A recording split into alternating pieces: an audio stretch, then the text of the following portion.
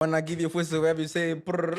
When I give you whistle, man, you say prrrr. Ladies and gentlemen, yes, welcome to Pro. My name is Ajo, and I'm here with Agogo, Andy, and a special super dancer guest. Oh, Charlie! Charlie! I call it slow, Charlie!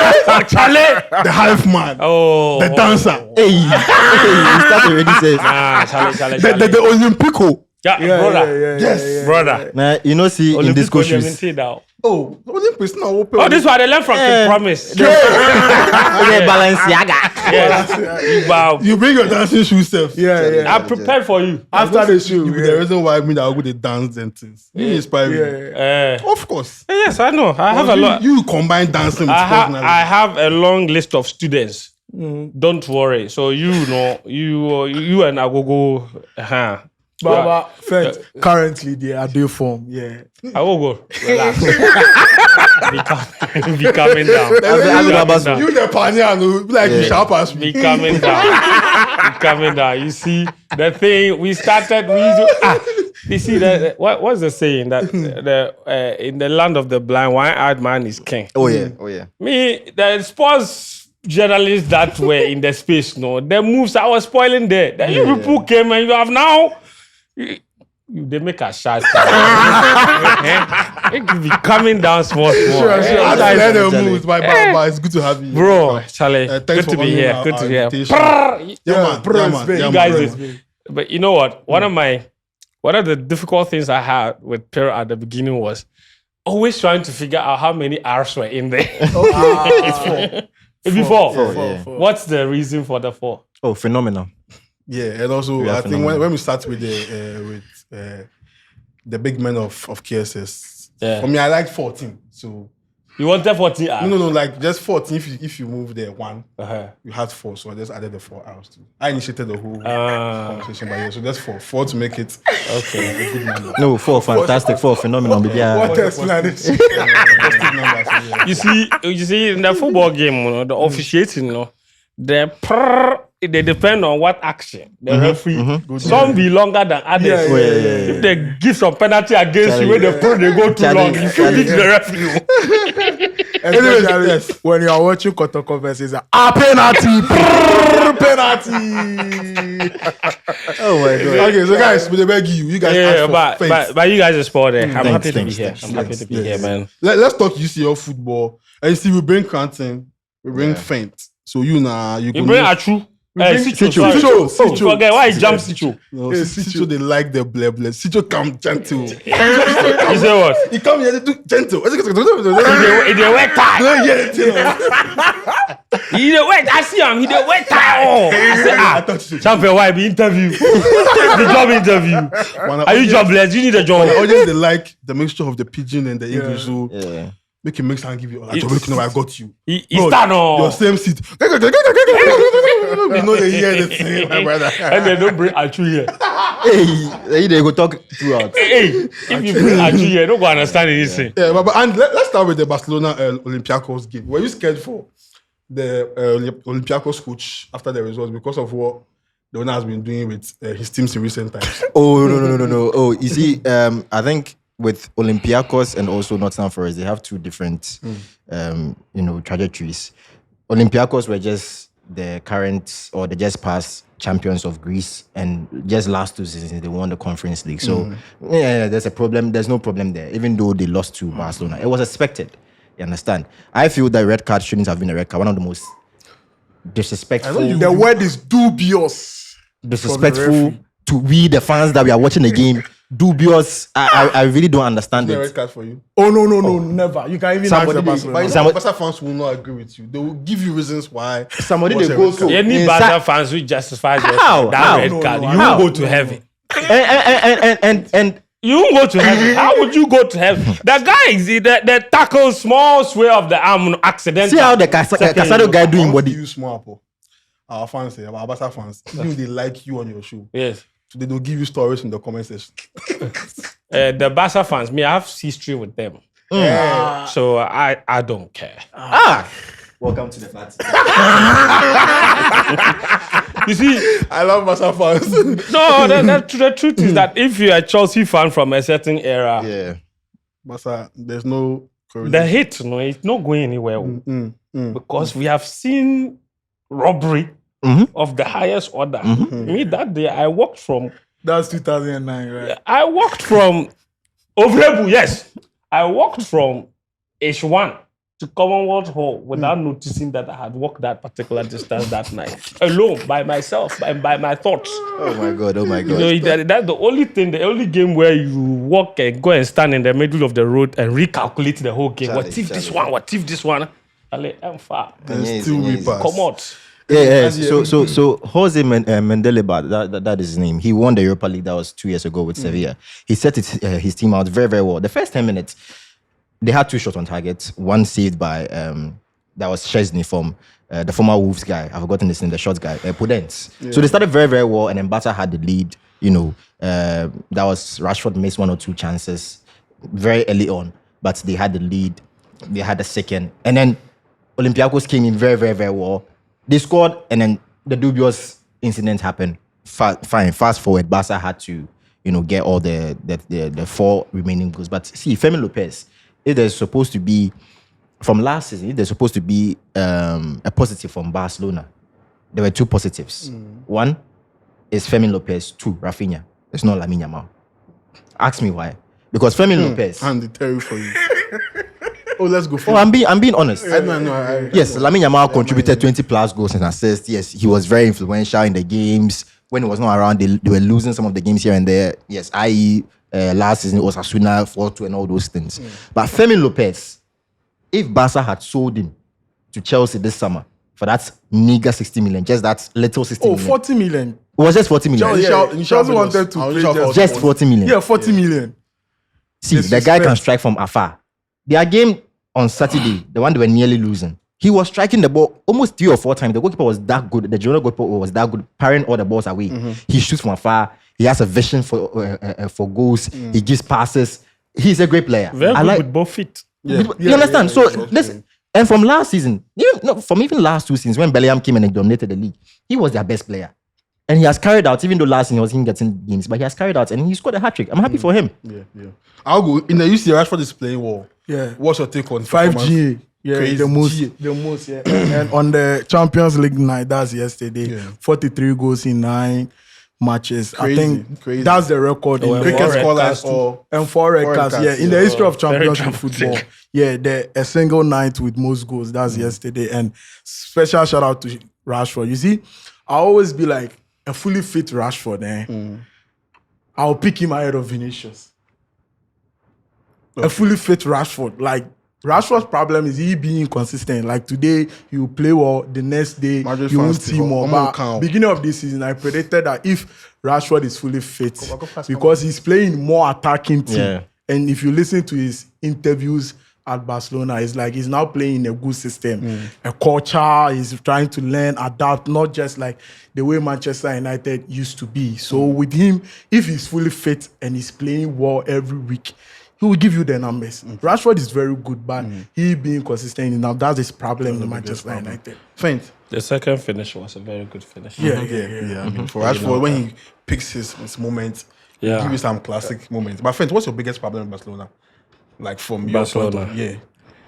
You see, at the moment, I don't have a problem with them. I just don't like it when they win. But it's not a problem that I have with them. I actually think that they're in a good place right now.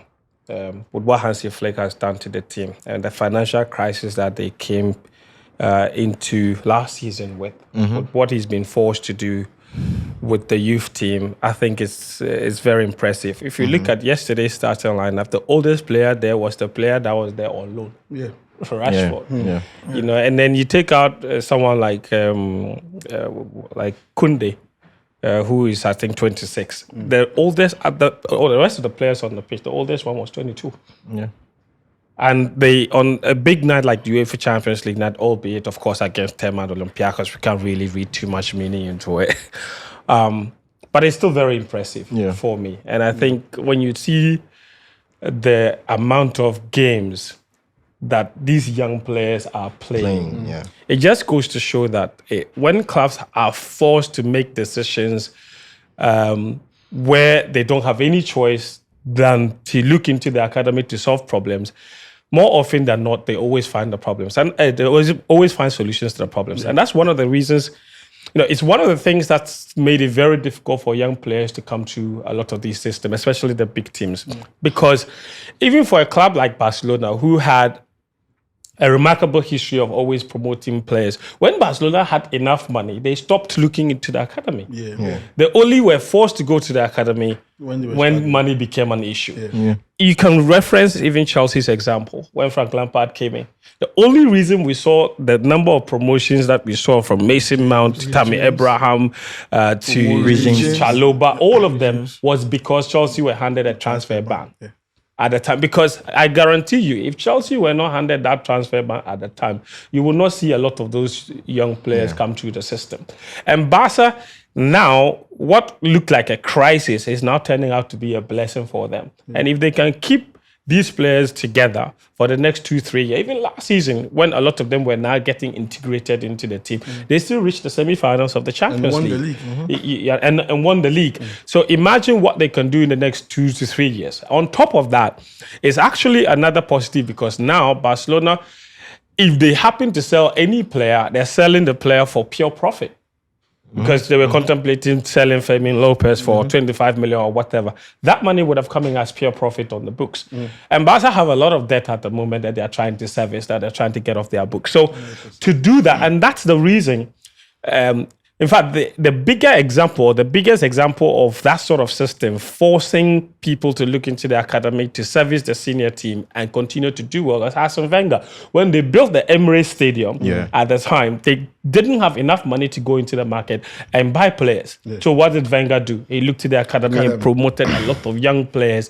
And even though he didn't win the league at that time, they paid off the stadium, and fans being fans, they grew increasingly very impatient, pushed him out and said he wasn't winning anything. But what was significant was that he was finishing in the top 4 every season. Champions League revenue was coming in, and the merit-based payments from the Premier League was coming in as well. So he was able to maintain the squad, and the club was able to focus on paying off the stadium debt, which they did. So, I like Barcelona, what they're doing. Historically, the reason I don't like Barcelona is that, there was a period where it looked like every year Chelsea was playing Barcelona. Like every year, Chelsea was playing Barcelona. And it didn't even start. It started in 2000 in the Champions League. Chelsea won, I think, the first 3-1 at Stamford Bridge. Zola, Di Matteo, all of them were at the club at the time. A return leg, they gave Chelsea a red card and won that game by 5-0. Wow. And progressed to the champion. Yes. Red card. Then they didn't meet again until the 2004 season. The season Porto won the league with Ronaldinho. Yes. The first leg, DJ Robert, red card. Return leg. Return leg. Chelsea's left back. Asel De Horno. It to Messi or swat down. To be fair, it was a red card. But Messi was coming to the team like 18-year-old or 17-year-olds near the corner flag. The Horno from nowhere flew into him. Red card. Then they won. You understand? So consistently, every time Chelsea has come up against Barcelona, there's been some very controversial decisions, and the ultimate one obviously being the Drogba one. Anyways, 2009. Nice breakdown for me. But Arsenal at the Emirates. Mikel Arteta, thank you for playing Eze as a number 10. for me personally, with my arguments. Thank you for getting the best out of Martinelli, who will track back to help Skelly. And thank you for making me a rich man yesterday, because yesterday, it be you as at the stake you with them with the fierce maybe. Yesterday, people win better. Yeah, man. Yeah. If you were unlucky yesterday, you added Antonio Conte, Wigman's team to your local champion. Any problem? 6. Yeah. I don't trust Wigman in the cup competition. No, and that was my thinking in skipping them. In my you took them out, eh? Oh, yeah. Sharpest. My boy is ready. And they can met off my only how. Thank you. Thank you. But no. And this is once you make a promise, you don't renege on it. It's a big platform. You understand? on this show, we don't deceive people. Oh yes. It's a credible show. Credible. You understand? Credible. Yes, and this show has social media The accounts. receipt has to be there. That's it. Chame. Oh yeah, but go do one. Yeah. I didn't say you don't go do it. Why are you repeating? Like he's overemphasizing. As a friend Oh, says script. also, You start the business and you spoil the script. Sure. Anyways, Andy, let me come to you first before I go to Agogo. And be careful to do something where I feel like even if you catch him, still you can't stop it. Zubimendi single pivot, 8 is a rise and it's working. The midfield dominance is there. Maybe when he faces like a Chelsea or a PSG, maybe to be equal in dominance in midfield. But so far, so super good for him. Skelly joins the midfield, so making it's even 4. Crazy. So at some point in time, the midfielders of Atletico Madrid were just confused. Barrio Shinyaboa, he's covered by almost 2 or 3 players. Who again, the midfield, Koke Nyaboa, he's covered by almost 3 or 4 players. So they have a balance. The system they are playing is very good. They have a balance and it's very difficult to beat them. The only clear chance they had was when the second half started and then that was Alvarez killed that ball and hit the post. I mean, our boss have no big chance. Yes. So like the only clear, because he had to create it for himself. That was the only clear chance they had throughout the whole game. It was total annihilation. 8 shot on target, 1 shot on target for Atletico Madrid. Nothing said. I was thinking it was going to be a very close game. Even if Atletico Madrid loses, maybe some 2-1 B, 1-0 B. But the 4-0 was too much. Scoring 3 goals in 30 minutes from 57 to the 78 minutes. Now the game now for me. But see, Arsenal are doing something this season. They have considered only 3 goals throughout the whole season. Yeah, all competitions. And 2 are from open play. So imagine. 3 goals across all competitions. But 2 are from open play. So you can see that they are doing something commendable. Then season go end, then nothing. Oh, wait, I know. I think this is Question. This is what Arsenal is doing. Then do them last season. No, I don't think so. No, they were crazy performances last season. Yeah, but this season's performance is very scary. Yeah, scary. You can't score them. And they have the squad depth. Yes, the squad depth is too much. Too much, yeah. Okay. It's too much. So kudos. You don't want to accept the fact that they are skeptical. Yeah. I understand you. They are always bottling. I understand you 3 years in a row. But I feel this year is their year. I have a conviction. The season just started. 8 matches is nothing. City always wins the league. You know that we've heard that statement for the past 10, 15 years. Oh, but it's true. This season is our season. Because they're Timber away. Oh, yes, we know. And every year. That's why I said 8 matches is nothing. Even 20 matches is nothing. City comes around the 30th game with 30 and wins the league. Wins 8 in a row and they win the league. And low-key, City is playing. Yes, City is just behind them 3 points. I know. I'll go coming for me for that. Yeah, so Ajo, let me go into the game real quick. And I think Diego Simeone, I have to blame his first 11, starting Koke ahead of Gallagher in this game because you are playing against one of the best midfielders. Is Gallagher playing well? That's the question. You know the But I police think with his energy, he can press and Energy. he can play well against the informed Declan Rice and Zubimendi. But in this game, I think Atiko came to defend and hit on a counter. And special praise to Arteta. Arteta told these boys that you relax with your transitional play. Just be slow in your transitional play. But in the second half, I think Atiko grew into the game. They wanted to... They thought that they could win this game, so they wanted to open up. The moment they opened up, and Arsenal scored a nice set piece, good, and that's it for them. And again, find the set pieces. Chelsea are learning. Another one, huh? Yeah, from them. I don't want as Chelsea fan. I don't go like make people talk about Chelsea and set pieces. If you talk about them now, you go vanish. Well, yo, I You think the jinx set it. piece. You jinx it. We need to praise Arteta. It's like you all the see say this be the tactics, this be the stuff. But you can't stop them. Jova. Yeah. You can't stop them. Yeah. No, We they've been all down the for see, 3 years. but you can't stop them. Yeah. So you should praise the coach and the set piece coach. Yeah. And the Yeah, thing it's is, and I think, and the difficult thing about the Arsenal set pieces, it's not one dimensional. So they have So many Yeah, variations. they have so many variations to the far post, near post, the middle, and I think it's creditable. What I'm very impressed more about Arsenal this season is the composure with which they perform. they have not panicked in any single game they've played. Yeah.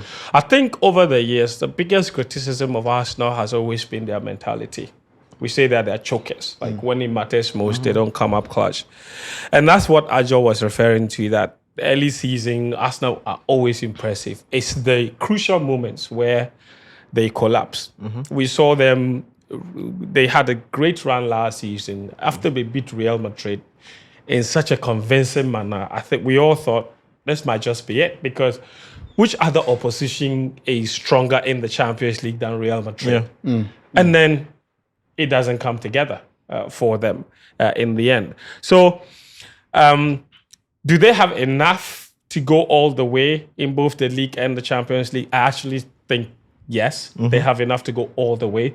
But when they get closer to the end, do they have what it takes to get over the line? I think that has always been the issue, because Arsenal will go far in a lot of these competitions. In the Premier League, I actually think with the problems that Liverpool are having at the moment, and City still looking like a team in transition, if Arsenal don't win the league season, I would be very disappointed, because this year they have solved a lot of problems that have worried them over the years. Eucharist. Exactly. You know, the squad depth as well has been, because last year they had issues when Saka, got out injured. And also he's human. He can't play every game. Clearly he's their biggest player. But look at this year. Even we also alluded to the injury to their captain, Odegaard. last season, as part of the reasons they struggle. But you don't have Odegaard this season. You have Eze. Who by many people's account is probably better, depending on who you ask, than Odegaard. You understand? Saka now has backup in the Chelsea man. Madueke. You look at the midfield. Bola. Noga coming in for Zubimendi. Rice will play a lot of football. But even if Rice is out and we play Noga and Zubimendi together, you can still get a result. You look at the centre-back position, right back, left back. They've stacked up. Even in goalkeeping. Because Kepa can do a job. Kepa can do a job. You understand? So they've got enough men to do two things. One, survive what should be a grueling long season. So they have enough people, enough players to be able to handle fatigue. And then they have enough to be able to handle injury situations that may arise and will arise in the course of the season. So everything is perfectly set. And the manager himself has had now 8 years now. Right? That's a long time. All the time. You understand? Yeah. Wow. Maybe 7, right? 2019. They came, that's like 7 years. They came in 2019, 2020, in the middle of that. Won the FA Cup and that was it. So like 5, 6 seasons. So he himself has learned over the period. And I think that, look, I understand why people criticize Mikel Arteta, whether you call him bulb man, light bulb man, or whatever names you want to call him. I actually do think that he's a decent manager. Yeah, very, very good. He's done an impressive job at Arsenal. And when you look at Arsenal's level and quality of the last 20 years, you couldn't have expected more from him, to be honest, because I don't think that before he came in, any other manager has significantly achieved more. Even the last 10 years of Arsene Wenger wasn't more successful than the 5 years of Mikel Arteta. So good manager, and the players respond to him. You understand? They respect him now, even if on the outside you say he has not won anything. But when you look at his control of that Arsenal team, you feel that this is now his team. They believe in his ideas. So let's see how the season goes. I hope they win nothing. He's better than Slot. He's better than Slotto. Yeah. Why did you say that? Slotto is a league champion. But tactically, Arteta is better than him. Yeah, but what did he win the league with? Oh, but no taxes. No. This But is yes, I know. really, But see, I think with Slot's own, it's like you see these managers that come to the league and just win it in their first season. Conte was that good, but he came the first season, he passed through because no one thought Liverpool would win the league. A season prior, they were third. They went out of the Europa League, lost to what's the name? These people, Atlanta. So it was always City or Arsenal. No one tipped Liverpool, and they won it. The Chelsea were 10th. So no one even gave a dog's chance to Conte when he won the league. Mourinho, no one gave him a dog's chance, even though he was a champion coming. So sometimes it does happen. The Premier League, you can come. I understand that, but I don't think that completely negates how good of a manager the person is. Those two things can coexist. You can win the league your first time because maybe in your words people aren't paying attention to you. But I'm also saying that you can't do that if you're not a good manager. Winning the league is incredibly difficult. Look, I understand the criticism that Slot is getting. And it is more intense now because of the transfer market they've had. Yeah. Because of all the players they've brought in. They won the transfer market in that sense.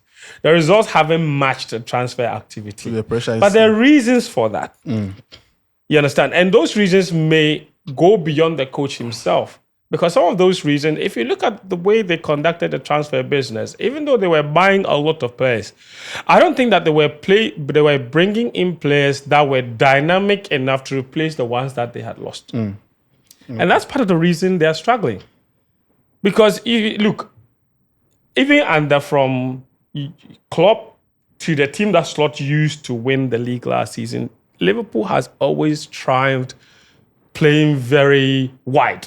The with high up wing backs that allowed usually their best player in Salah to attack infield and then attack the channels down there. This season, they lost Trent and they brought in Frimpong. Frimpong hasn't been consistent, and when he's played, he's not been great, but then he's also been out injured. That's one of the problems. Then they brought in Kekes, who is also very new to the team. So where Liverpool traditionally attacked a lot, or the outlets that provided them a lot of width, they changed both of them in a single season. Apart from that, then you also have their wide players. They lost Jota, of course. They lost Diaz. And even Darwin Núñez used to drift out wide a lot. Some impact was there. The impact was there. So they never, and look at these three attackers. Not one of them was an out-and-out striker. But look at the players they've signed. They've signed two players that like to play down the middle in Isak and in Ekitike. Ekitike can't do a job wide, but he won't have the same impact as Luis Diaz. We've seen what Luis Diaz is doing at Bayern Munich. Somebody that will get the ball and run at the players. But the problem is created up front, in my opinion, is that because they now have to play him through the middle, and especially Isak, who was bought for a lot of money, has to play through the middle, and he's a very good goal scorer. So he has to play through the middle, where he's been known to score goals. What it means is that now, Mohamed Salah, who used to drift in and use that space a lot, Has to be a provider. is now has to be a pure winger. And to be a pure winger, you also have to help out defensively. And that's So he's not doing the pure wing work. He's not helping out defensively. And the numbers are also drying up because he's not finding himself in the position that he usually does when he's scoring a lot of goals. in a nutshell, he's a problem now, similar to It's a problem. It's a problem that's been created by the transfer but he's still a activity. problem. Then you look at their defense. So he has to do more, but he can't Right. do more. Centre-back You're partnership. not going to blame him. Let's So the be coach honest. should just tweak the tactics because you can't blame Salah. him. That's why he has Because to do I don't think that He has to Konate, do, for example, I don't even think Konate's head is at Liverpool. Because he was this close to leaving. Exactly. So they should have done everything possible to sign Gehi. In midfield, I don't know if what is wrong with the Argentine boy, McAllister, but it doesn't look like he's fit. Oh, if it is Enzo, they'll be cooking him. He hasn't. You understand? So there's so many players badly out of form, system issues. But he needs to solve the problem. He needs to solve the He problem. has to. He won the league, so solve the problem. Because if you don't, we'll say you are better. Oh, we won't give him the chance. Time We'll no criticize day. him. You should We'll just give him the thank chance. God that Anyways, let's wrap up here. But for City, they won 2-0 at Villarreal. And I like how the coach is using wingers now. Pep is using Savino and Doku, and they're playing so they're functioning well in the team. So guys, big cricket scoreline Tuesday Champions League games. We'll see you for tomorrow's review. My name is Ajo. We beg you subscribe. You saying about Dewey? Do it. You know, you have to come and pay. fantastic. But game. Chelsea should have signed Ballon him. d'Or man is Dembele scored. Still the man of the match. 2 man of the matches in a row. Champions League. For who? For the left back. Mendes. Yeah, What I mean the- that debate is on. Mendes and Cucurella for Nuno me. Mendes. So Fent. Quick one. Mendes. Nuno Mendes. Nuno Mendes. That's the word. Your Nuno name is Mendes. Not Mendes. Mendes. Nuno mention. Okay. The Portuguese, they write the name long and say it's short. Yeah. But for you, Cucurella or Mendes? Quick one. Oh, just give me something. Mendes. So, Just slightly. yeah. So, friend, do you think PSG can do the back-to-back? It's possible. Possible. It's possible. They look like it, and they're just doing. And you say, I like Enrique because he's doing something similar to what's even happened. And they have not even. They don't necessarily need to, but he's doing it. He's promoting also young players. He's giving them the confidence. They're playing. And PSG have the money to buy, but he's made the decision. They've made a sporting decision to focus on change the culture, and the young players are delivering. Yeah. So one thing I've learned from friends today: if you focus on your academy, trust me, you will win laurels because it's funny. It's the same thing. Andy. Kotokoya. Yapon.